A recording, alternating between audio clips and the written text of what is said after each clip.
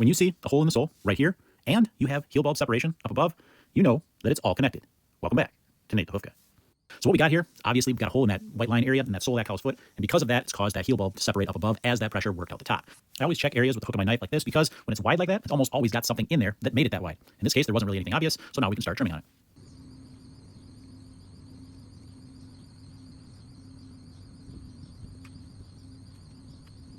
Now I know that these marks in the sole are connected to that separation up above. I could just go up there and hook that and start working my way down right now. But I'm going to thin this area first. That way, when I do make that cut, that horn is going to be much thinner, much more pliable, and be able to slip the hook of my knife back in behind that a lot easier. And that's going to allow for the removal of that horn a lot easier.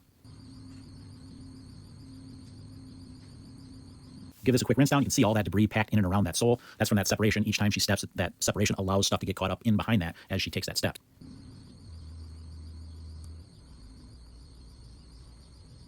While it looks like it's just the sole that's separated here, there's actually a little bit of loose wall horn there. We're going to remove that as well, but first I'm going to get this sole horn removed, and then I'll work my way and get the rest of that wall horn that's detached away as well. Once again, I'm going to thin that wall horn down before I take it away.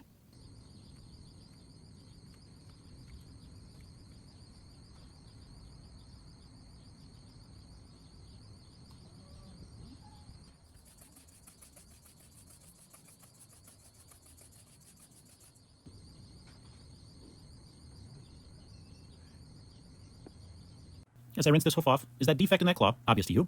Welcome back to Nate the Hoof Guy. If not, I'll point it out to you. It's right here. Actually, that is the access point for the bacteria. The lesion itself is going to be a bit higher, and you're going to see that here in a moment. As you start to trim this away, you're going to see that dot that I pointed to earlier, but you'll also notice, after a few more swipes, there's another dot a little bit higher. That is where this problem lies.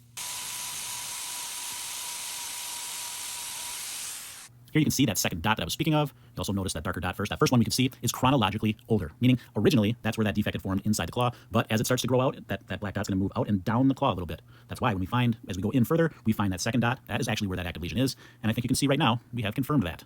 Next step, we need to pare away this loose horn. We want to expose that lesion to oxygen to allow that to heal. Once that corium heals, it's then going to be able to produce this hard outer layer again that this cow walks on. That's not going to happen until we can get that corium into a healthy state. So we're finished trimming this down, work that area free, and then we'll follow our steps. Give her salicylic acid wrap, put a block on that other claw, and we're going to make her much more comfortable by doing that. Now that I've got that cleaned up, I'm going to get this block applied, and we'll move back and finish trimming up around that lesion.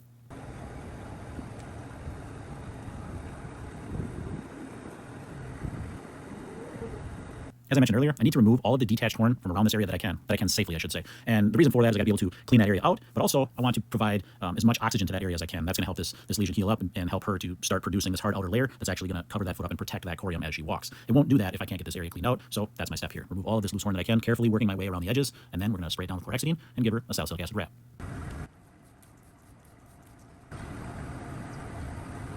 The salicylic acid, we're going to use that, take some of that pain away, as well as prevent any bacteria from colonizing there so we don't get digital dermatitis on that lesion.